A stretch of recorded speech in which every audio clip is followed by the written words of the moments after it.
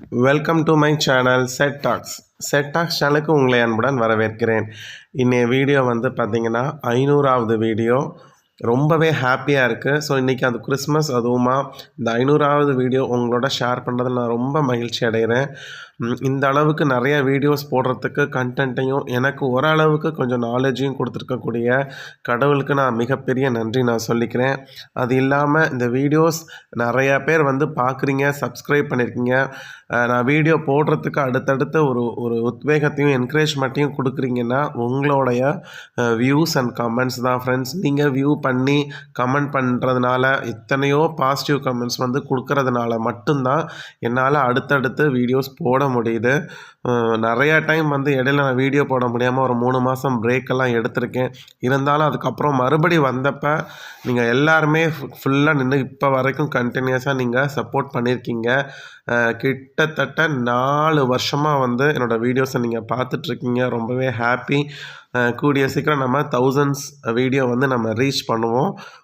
So ரொம்ப happy. இப்போ நம்ம கண்டென்ட்குள்ளே போயிடலாம். இன்றைக்கி நம்ம பார்க்கக்கூடிய கண்டென்ட் என்ன அப்படின்னு பார்த்தீங்கன்னா, எனக்கு சம்பளம் கம்மியாக தான் வருது, நான் அதிகமாகவும் சேமிக்கணும், கடன் வாங்காமல் எப்படி வந்து நான் செலவு பண்ணுறது, இதுதான் வந்து இன்றைக்கி மிகப்பெரிய கேள்வி. சம்பளம் கம்மி, ஆனால் கடனும் வாங்கக்கூடாது, சேமிக்கவும் செய்யணும். பட் ஆனால் நான் ஃபேமிலி ரன் பண்ணணும் எப்படி அப்படிங்கிறது தான் இந்த வீடியோவில் நம்ம டீட்டெயில்டாக பார்க்க போகிறோம். வாங்க ஃப்ரெண்ட்ஸ், வீடியோக்குள்ளே போகலாம். சில பேர் வீட்டில் வந்து பார்த்திங்கன்னா வருமானம் கம்மியாக தான் ஃப்ரெண்ட்ஸ் இருக்கும். காரணம் வந்து 2 பேர் அவங்க வீட்டில் வேலைக்கு போக முடியாத சூழ்நிலையில் இருக்கலாம், இல்லை வருமானம் கம்மியாக உள்ள சம்பளத்தில் ஸ்டிக் ஆன் பண்ணுற மாதிரியான சூழ்நிலைகள் இருக்கலாம். அதை பற்றி நம்ம கவலைப்பட வேணாம். நம்ம நினச்சோம் அப்படின்னா கடன் வாங்காமல் ஒரு குறைவான சம்பளத்தில் கூட நிறைவான ஒரு வாழ்க்கை வந்து கண்டிப்பாக வாழ முடியும். கடன் வாங்காமல் ஃபஸ்ட்டு வந்து நீங்கள் உங்களுக்கு ஒரு வருமானம் வருதுன்னு வச்சுக்கோங்களேன், அது எவ்வளவு குறைவாக இருந்தாலும் அதை ஃபஸ்ட் ஆஃப் ஆல் அதை சந்தோஷமாக அந்த வருமானத்தை நீங்கள் எடுத்து வச்சு வீட்டுக்கு கொண்டாந்து ஒரு சின்னதாக வந்து கடவுள்கிட்ட வச்சு ஒரு ப்ரேயர் பண்ணுங்கள். அதுக்கப்புறம் என்ன செய்யணும் அப்படின்னா, வருமானம் வந்த கையோட உங்களால் மேக்ஸிமம் எவ்வளவு சேமிக்க முடியும் அப்படிங்கிறத முடிவு பண்ணுங்கள். முடிவு பண்ணிவிட்டு அந்த அமௌண்ட்டை வந்து நீங்கள் ஒரு உண்டியல்லையோ இல்லை பேங்க்லேயோ சேமித்து வைங்க. மேக்ஸிமம் எவ்வளோ சேமிக்க முடியுமோ அதை சேமிச்சிருங்க ஃபஸ்ட்டு. அதுக்கப்புறம் நான் எப்போதும் சொல்கிற மாதிரி மிச்சம் இருக்கக்கூடிய அமௌண்ட்டு, அந்த குறைவான அமௌண்ட்டு தான் இருக்கும், அதுக்குன்னு நீங்கள் ஒரு பட்ஜெட்டை போட்டு இந்த மாதிரி தனித்தனியாக கவரில் அமௌண்ட்டை எடுத்து வச்சு நீங்கள் ஒவ்வொரு செலவையாக பண்ணணும். இது வந்து பேசிக்கான ஒரு விஷயம். இந்த 2 விஷயம் கம்மியாக சம்பளம் வாங்குறவங்க இதுதான் ஃபஸ்ட் ஆஃப் ஆல் பண்ணி ஆகணும். வர வருமானத்தில் எவ்வளவு மேக்ஸிமம் சேமிக்க முடியுமோ அவ்வளவு அமௌண்ட்டை ஃபஸ்ட்டு சேமிப்புக்கு கொடுத்துட்டு மிச்சம் இருக்கிற அமௌண்ட்டுக்கு பட்ஜெட்டை போட்டு தனித்தனியாக செலவுகளை எடுத்து வச்சிடணும். இந்த மாதிரி ஒரு என்வலப் கவரில் ஒவ்வொரு செலவுக்கும் எவ்வளவு அமௌண்ட் ஒதுக்கியிருக்கீங்கிறத எடுத்து வச்சிடணும். இந்த ஃபஸ்ட்டு 2 ஸ்டெப்பை பண்ணிவிடுங்க. அதுக்கப்புறம் தான் நமக்கு சேலஞ்சிங்கே இருக்குது. அதுக்கப்புறம் வந்து உங்களுக்கு வருமானமே கம்மி தான், இதில் வந்து நீங்கள் சேமிப்புக்குன்னு ஒரு தொகை போயிடுது. மிச்சம் இருக்கக்கூடிய கம்மியான வருமானத்தில் எப்படி ஃபேமிலி ரன் பண்ணுறது? கடனும் வாங்கக்கூடாது. ஏன்னா உங்களோட சம்பளமே கம்மிங்கிறப்ப நீங்கள் எடுத்து வச்ச தொகையும் அப்படி தான் இருக்கும், கம்மியாக தான் இருக்கும். இங்கே வந்து உங்களோட முக்கியமான எய்ம், ஒரு மிகப்பெரிய மணி சேவிங் டிப் என்ன அப்படின்னா, உங்ககிட்ட எவ்வளவு தொகை இருக்கோ அதுக்குள்ளே உங்கள் குடும்பத்தை நடத்தணும். இது வந்து கேட்குறப்ப ஒரு சின்ன டிப் மாதிரி தெரியலாம், பட் இதை வந்து நீங்கள் எக்ஸிக்யூட் பண்ணுறதுங்கிறது ரொம்பவே கஷ்டமான விஷயம். பட் ஆனால் நம்ம இதுக்கு பழக்கப்பட்டுக்கிட்டோம் அப்படின்னா நம்ம ஈஸியாக லைஃப்பில் ஜெயிச்சிடலாம். நீங்கள் வந்து மிச்சம் இருக்கக்கூடிய அமௌண்ட்டுக்கு நீங்கள் பட்ஜெட் போட்டு அமௌண்ட்டை ஒதுக்கி வச்சுருப்பீங்க. அப்போ ஒவ்வொரு செலவுகளுக்கும் வந்து கம்மியான தொகையை தான் வந்து நீங்கள் ஒதுக்கியிருப்பீங்க. ஃபார் எக்ஸாம்பிள், இப்போ உங்களுக்கு ரொம்ப கம்மியான சம்பளம் இருக்கும், மளிகை சாமானுக்கு ஒரு 2000 தான் ஒதுக்கியிருப்பீங்க. பொதுவாக ஒரு 4 பேர் உள்ள வீட்டுக்கு 3000, 3500, 4000 கிட்ட மளிகை சாமானுக்கு ஆகுது. பட் ஆனால் நீங்கள் என்ன ஒதுக்கியிருப்பீங்க? 1500, 2000 தான் ஒதுக்கியிருப்பீங்க.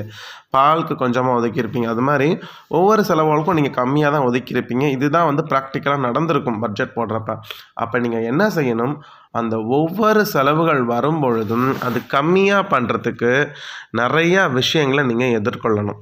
இப்போ நீங்கள் வந்து ஒரு செலவு வருது அப்படின்னா அந்த செலவு ரொம்ப அவசியமா, அந்த செலவு கண்டிப்பாக அப்படியே நீடாக இருக்கிற பட்சத்தில் அந்த செலவை எப்படி குறைக்கலாம் அப்படிங்கிறத நீங்கள் வந்து என்ன செய்யணும், முடிவு பண்ணணும். இப்போ உங்களுக்கு வீட்டில் கிராசரி வாங்குறீங்க, மேக்ஸிமம் ரேஷன் கடையில் என்னென்னலாம் வாங்க முடியுமோ அது எல்லாமே வாங்கிட்டு ரேஷன் கடையில் கிடைக்காத பொருளை தான் கிராசரி ஷாப்பில் போய் ஒரு ஹோல்சேல்லையோ எந்த இடத்துக்கு போனால் கம்மியாக வாங்கலாம் அப்படின்னு சொல்லிட்டு கொஞ்சம் பார்த்து வாங்கணும். இல்லையா, நான் மிச்சம் இருக்கக்கூடிய கம்மியான தொகையில் தான் வந்து நான் பட்ஜெட் போட்டிருக்கேன். அதில் எந்த செலவு எனக்கு ரொம்ப முக்கியமாக படுதோ அதுக்கு ஓரளவுக்கு கொஞ்சம் அமௌண்ட்டு ஜாஸ்தியாக பண்ணிவிட்டு மிச்ச செலவுகளுக்கு செலவை கம்மி பண்ணலாம். இப்போ ஃபுட்டு வந்து ரொம்பவே முக்கியமான விஷயம். அதை நான் காம்ப்ரமைஸ் பண்ண விரும்பலை அப்படின்னா உங்கள் பட்ஜெட்டில் ஃபுட்டுக்கு கொஞ்சம் அதிகமான அமௌண்ட் ஒதுக்கிட்டு மிச்சத்தை காம்ப்ரமைஸ் பண்ணுங்கள். இந்த மாதிரி நீங்கள் செஞ்சீங்கன்னா மட்டும்தான் கொஞ்சம் கொஞ்சமாக வந்து நீங்கள் என்ன செய்யலாம், செலவு வந்து குறைக்கலாம். இப்போ வந்து கேஸுக்கே வந்து எனக்கு 1000 ரூபாய் போயிடுதுங்க அப்படின்னா, இப்போ கிராமத்தில் இருக்கிறவங்க வந்து பார்த்திங்கன்னா மண்ணடுப்பில் சமைச்சு பழகிப்பாங்க. இப்போ டவுனில் இருக்கிறவங்களுக்கு அது முடியாத ஒரு விஷயமா இருக்கும். அப்போ நீங்கள் கேஸை வந்து ரொம்ப சிக்கனமாக பயன்படுத்துகிற மாதிரி ஆகும். அதுக்கேற்ற மாதிரி நீங்கள் பிளான் பண்ணணும். ஆல்ரெடி கேஸை வந்து இப்போ ஒரே சிலிண்டர் எப்படி 3 மாதம் வரைக்கும் கொண்டு வரதுக்கான டிப்ஸ் எல்லாம் இருக்குது. இந்த மாதிரி டிப்ஸ் எல்லாம் நீங்கள் வந்து ஃபாலோ பண்ணணும். அடுத்து வந்து பார்த்திங்கன்னா, இப்போ வந்து ஸ்கூல் அப்படின்னு எடுத்துக்கிட்டிங்க அப்படின்னா, ஸ்கூல் ஃபீஸில் போய் நீங்கள் அதிகமாக செலவு பண்ணிங்கன்னா நீங்கள் கடனாளியாக தான் ஆக முடியும். அப்போதைக்கு நீங்கள் என்ன செய்யணும் அப்படின்னா, இப்போ வந்து இந்த மாதிரி கவர்மெண்ட் ஸ்கூல்லையோ கவர்மெண்ட் எய்டடையோ வந்து தான் நீங்கள் நாடி போகிற மாதிரி இருக்கும். எலக்ட்ரிசிட்டி பில் உங்களுக்கு வருமானமே கம்மியாக இருக்குது அப்படிங்கிற பட்சத்தில் எலக்ட்ரிக் பொருளை எவ்வளோவுக்கு எவ்வளோ நீங்கள் வீட்டில் குறைக்கிறீங்களோ அவ்வளோக்கு அவ்வளோ குறைச்சி உங்களோட செலவுகளை கம்மி பண்ணிக்கிட்டே இருக்கணும். காய்கறியாக இருக்கட்டும், நான்வெஜ்ஜாக இருக்கட்டும், தேவையான அளவு மட்டுமே வாங்கி நீங்கள் வந்து என்ன செய்யணும், ரொம்ப தேவையான அளவு எவ்வளோ வீட்டில் சாப்பிடுவாங்களோ அந்த அளவு மட்டும் வாங்கி ஃபுட் வேஸ்டேஜை கம்மி பண்ணணும். ஃபுட் வேஸ்ட்டே பண்ணக்கூடாது. உங்கள்கிட்ட ஃபுட்டு மிச்சமாக இருந்துச்சுன்னா அதை வந்து ஒரு ஆல்டர்னேட்டாக இன்னொரு நைட்டுக்கு வந்து நீங்கள் மாற்றிடணும். ஆல்ரெடி நம்ம இதை வந்து நம்ம சைனீஸோட சிக்கன குறிப்புகளில் பார்த்துருக்கணும். அதே மாதிரி எனக்கு ரொம்ப செலவு கம்மி அப்படின்னா பெட்ரோல் செலவை வந்து கம்மி பண்ணணும். நடந்து போகிற மாதிரியோ இல்லை பப்ளிக் டிரான்ஸ்போர்ட்டையோ யூஸ் பண்ணலாம். நீங்கள் வந்து வீட்டில் வந்து வண்டி வாங்கினீங்கன்னா உங்களுக்கு ஆல்ரெடி வண்டி மெயின்டெனன்ஸு, சர்வீஸு, பெட்ரோலுன்னு இன்னொரு செலவு வைக்கும். உங்களுக்கு ரொம்ப சம்பளம் கம்மியாக இருக்கிறப்ப பெட்டர் நீங்கள் என்ன செய்யணும், பப்ளிக் டிரான்ஸ்போர்ட்டை பயன்படுத்திக்கணும். அப்போ செலவு வந்து ரொம்ப கம்மியாகும். இப்போ நீங்கள் உங்களுக்கு பெட்ரோலுக்கே 2000 ரூபாய் ஆகுது அப்படின்னா நீங்கள் வந்து பஸ்ஸு யூஸ் பண்ணிக்கலாம். பக்கத்தில் இருக்க விஷயங்களுக்கு நீங்கள் நடந்து போயிட்டு வந்துக்கலாம். இல்லை கொஞ்சம் கடைக்கு போகணும், கொஞ்சம் தள்ளி தான் போகணுன்னா பப்ளிக் டிரான்ஸ்போர்ட்டை யூஸ் பண்ணுறது தான் ஒரே வழி. அப்போ வந்து உங்களுக்கு ஒரு இடத்துல பெட்ரோலுக்காகக்கூடிய 1500 ரூபா 2000 ரூபா பல்காக உங்களுக்கு சேவ் ஆகும். அதுக்கப்புறம் வந்து பார்த்திங்கன்னா, என்ன பால் செலவு அதிகமாக இருக்குன்னா க்ரீம் மில்க் வாங்கி நீங்கள் வந்து தண்ணி கலந்துக்கணும். இந்த மாதிரி தான் வந்து கொஞ்சம் கொஞ்சமாக நீங்கள் கொண்டு போகணும். இப்போ வந்து கேபிள் செலவு வந்து கேபிள் இருக்குது அப்படின்னா நீங்கள் அதுதான் உங்களுக்கு பொழுதுபோக்கு அப்படின்னா நீங்கள் வந்து மொபைலுக்கு வந்து இன்டர்நெட்டுக்கு போடுறத கம்மி பண்ணணும். இல்லையா, கேபிளுக்கு கம்மி பண்ணிவிட்டு இன்டர்நெட் போட்டு ஃபோன்லேயே நீங்கள் வந்து நிகழ்ச்சிகளை பார்த்துக்கணும். இந்த மாதிரி தான் பண்ணி ஆகணும். ஷாப்பிங் அப்படின்னு நீங்கள் போனீங்க அப்படின்னா உங்களுக்கு அவசியமாக இருந்தால் மட்டும்தான் ஷாப்பிங் பண்ணணும். இல்லையா, ஷாப்பிங் போகவே கூடாது. அதை கம்மி பண்ணியே ஆகணும். இந்த மாதிரி ஒவ்வொரு செலவுகளையும் வந்து நம்ம கேட்டகரைஸ் பண்ணிக்கிட்டே இருக்கணும். ஒவ்வொரு செலவு செய்யும் பொழுதும் எவ்வளவு மேக்ஸிமம் குறைக்க முடியுமோ அந்த செலவுகளை குறைக்கணும். ஒவ்வொரு விஷயத்துக்கும் ஆல்டர்னேட் மெத்தடை யூஸ் பண்ணணும். இப்போ வந்துட்டு எனக்கு ஒரு செலவு வரப்போகுது அப்படின்னா அந்த செலவை பண்ணுறதுக்கு முன்னாடி இந்த செலவை தவிர்க்கிறதுக்கு வேறு எதுவும் ஆல்டர்னேட் மெத்தட் இருக்கா, இந்த பொருளை வாங்கி தான் ஆகணுமா, இந்த பொருள் வாங்காமல் வேறு ஒரு பொருளை வச்சு அட்ஜஸ்ட் பண்ண முடியுமா அப்படிங்கிறதெல்லாம் நீங்கள் யோசிக்கணும். இந்த மாதிரி நீங்கள் கம்மியான சம்பளம் வாங்குறப்ப இந்த மாதிரி திங்கிங் இருந்துக்கிட்டே இருக்கணும். ஒரு ஃபினான்ஷியல் டிசிப்ளின் நம்மக்கிட்ட இருந்தால் மட்டும்தான் நம்ம சேமிப்புக்குன்னு ஆரம்பத்தில் எடுத்து வச்சுருப்போம் தெரியுமா, அதை தொடவே கூடாது எக்காரணம் கொண்டும். இல்லைனா ஒரு 20 தேதி வரைக்கும் இந்த அமௌண்ட்டு கஷ்டப்பட்டு நம்ம செலவு பண்ணிடுவோம். அதுக்கப்புறம் அந்த சேமிப்பை எடுத்து மிச்சம் 10 நாளைக்கு பண்ணுறதுல வந்து பிரயோஜனமே கிடையாது. நீங்கள் வந்து கம்மியாக சம்பளம் வாங்குறீங்க, என்னால் வருமானத்தை பெருக்கவும் வழி இல்லை, இதை வச்சு தான் நான் ஓட்டி ஆகணும்னு நீங்கள் நினச்சிங்கன்னா இதுதான் ஒரே வழி. ஒவ்வொரு விஷயத்துலையும் வந்து நீங்கள் ஒவ்வொரு செலவையும் பண்ணுறப்ப அவசிய செலவு மட்டும் பண்ணிவிட்டு அவசியம் இல்லாத செலவை பண்ணவே கூடாது. இப்போ நம்ம வந்து என்டர்டெயின்மெண்ட்டுக்கு நீங்கள் ஒதுக்கவே கூடாது. என்டர்டெயின்மெண்ட் போகாமல் லைஃப் இருக்கும். நான் வாரம் 1000 ரூபா நான் சினிமாவுக்கு போகணும், வேறு இடத்துக்கு சுற்றி பார்க்க போகணும், எனக்கு வீட்டில் இருந்தால் கஷ்டமாக அப்படின்னு நீங்கள் நினச்சிங்கன்னா அது இல்லாமல் நம்மளால் உயிர் வாழ முடியும். இப்போ சாப்பாடு இல்லாமல் உயிர் வாழ முடியாது. அப்போ சாப்பாடு தான் நீங்கள் முக்கியத்துவம் கொடுக்கணுமே ஒழிய என்டர்டெயின்மெண்ட்டை கம்மியாக சம்பளம் வாங்குறப்ப அறவே அழிச்சிடணும். இப்போ நீங்கள் என்டர்டெயின்மெண்ட்டுக்கு முக்கியத்துவம் கொடுத்தீங்கன்னா உங்களோட சேமிப்பு கரைஞ்சிரும்.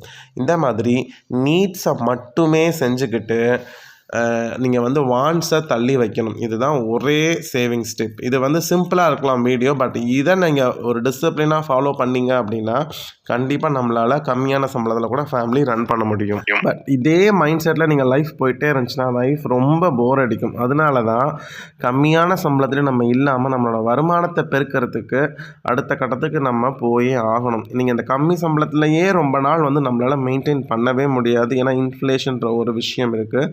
ஸோ அதனால் வருமானத்தை பெருக்கி நம்மளோட சந்தோஷத்தையும் பெருக்கணும் அப்படிங்கிறது தான் என்னுடைய டிப்பாக இருக்கும். வேறு வழி இல்லாமல் கம்மிய சம்பளம் உள்ளவங்களுக்கு வந்து ஒரு டிப்பாக கொடுக்கணுன்னா இப்போ இந்த வீடியோவை தான் நான் டிப்பாக சொல்கிறேன். இதை வந்து நான் 500வது வீடியோவாக போடுறேன். ஏன்னா இதை எல்லாருமே ஃபாலோ பண்ணி ஆக வேண்டிய கட்டாயத்தில் இருக்கோம் ஃப்ரெண்ட்ஸ். இதோட இந்த வீடியோவை நீங்கள் முடிச்சுக்கிறேன். அடுத்த வீடியோவில் உங்கள் எல்லாரையும் பார்க்குறேன். Bye friends.